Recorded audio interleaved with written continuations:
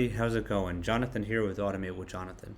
In this video, I'm going to show you how to navigate your browser back and forth by clicking the back and forth button up here. So we're going to automate those button clicks. I'm going to show you how to do it.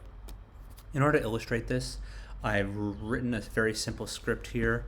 The script uses these four modules.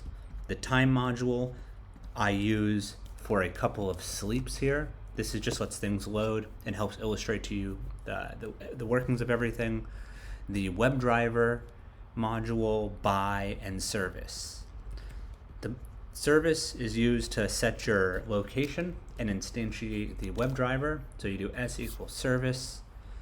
That's the location of our Chrome driver.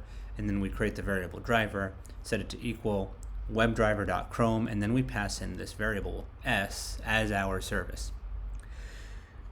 We get the page in question, a 3-second sleep, and then we use this buy module to click a link, and then from there we're waiting 3 more seconds.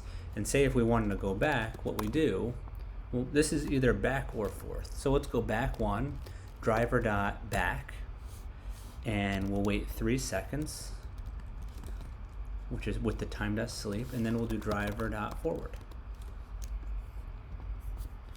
And let's make sure there's nothing hiding down here.